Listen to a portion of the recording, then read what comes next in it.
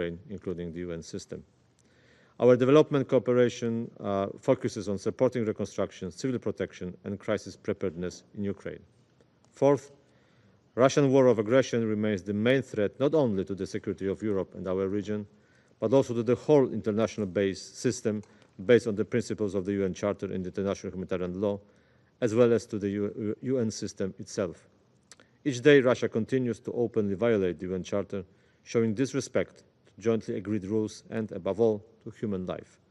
Moscow is strong-willed to reshape the world's order based on international law. This will not happen.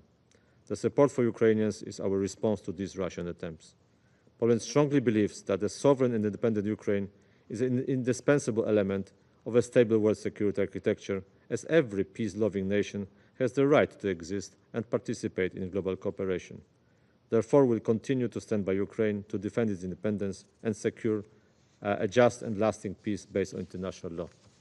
We are fully convinced that Ukraine is fighting not only for its own freedom, but also for the security of all free nations. Mr. President, in conclusion, we firmly appeal once again. It is time for Russia to end this illegal, brutal, and unsustainable war. We welcome Ukraine's interest in genuine negotiations and call Russia to engage in peace talks and to stop conducting the attacks on civilians and civilian infrastructure in Ukraine. Furthermore, we urgently, persistently call for the return of the kidnapped Ukrainian children. And I thank you. I thank the representative of Poland for the statement. I now give the floor to His Excellency Mr. Stavros Lambrinidis, Head of the Delegation of the European Union to the United Nations. Thank you, Mr. President. Thank you for convening this meeting, and thanks to our distinguished briefers for sharing their assessment of the disastrous consequences of Russia's war of aggression against Ukraine. The past weeks have seen the continuation of two trends. On the one hand, Ukraine has shown a genuine commitment to peace by continuing to call for an immediate unconditional ceasefire as a first step to ending this war. On the other hand, Russia has continued its indiscriminate missile and drone attacks on Ukrainian cities and towns. Intentionally directing an attack against civilians or civilian objects or causing disproportionate civilian harm is a war crime. Earlier this month, the UN Human Rights Monitoring Mission in Ukraine published its report on the protection of civilians. It concluded that June 2025 saw the highest number of monthly civilian casualties in the past 3 years, with 232 people killed and 1,343 injured. This is unacceptable. I underline once again the EU's steadfast determination to put an end to Russia's war of aggression and to achieve a comprehensive, just and lasting peace, in line with the decisions of the UN General Assembly. We, as Europeans, together with Ukraine, have been working tirelessly to this end, and we welcome all efforts in that direction. We have joined Ukraine and international partners, including the United States, in calling for a full, unconditional, and immediate ceasefire. These pause in hostilities could serve as a vital step toward reducing civilian suffering and allow for further exchanges of prisoners of war and for the return of forcibly displaced Ukrainian children. Russia could end its war now. It could accept a full and unconditional ceasefire, as Ukraine has. We call on the Council to exert maximum pressure for a ceasefire. This would provide space for meaningful talks aimed at ending Russia's war of aggression and achieving a comprehensive, just, and lasting peace grounded in the principles of the UN Charter and international law. We urge Russia to cease its aggression and withdraw all its forces and military equipment from the entire territory of Ukraine immediately, completely, and unconditionally. I remind this Council that Ukraine has an inherent right of self-defense under Article 51 of the UN Charter. Russia is the aggressor. Ukraine is the party defending itself. There can be no sitting on the fence on this.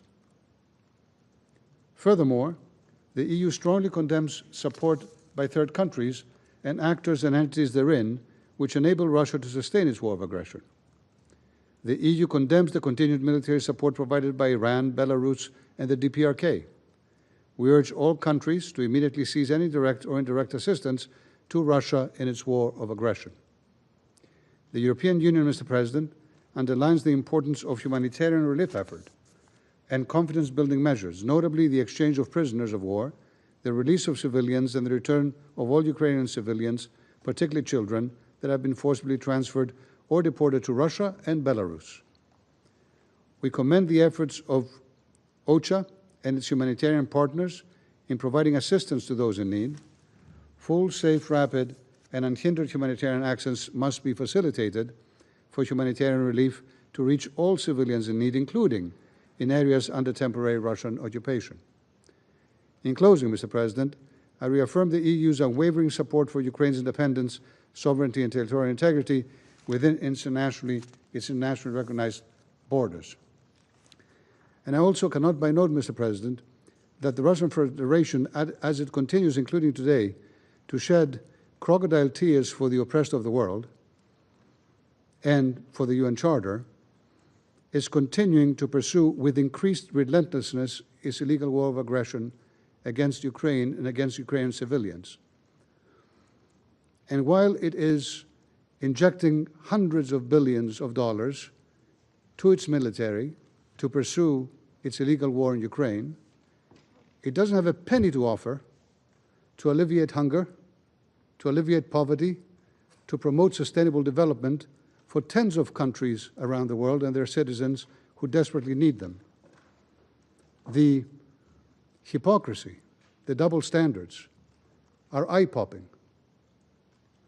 We implore this Council to use all the powers in its disposal to be able to impose an unconditional and full ceasefire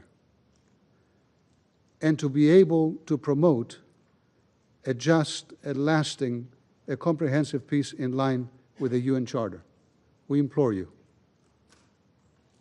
The European Union, on its part, will continue to support Ukraine for as long as it takes. Thank you. I thank His Excellency Mr. Lambrinidis for his statement. I now give the floor to the representative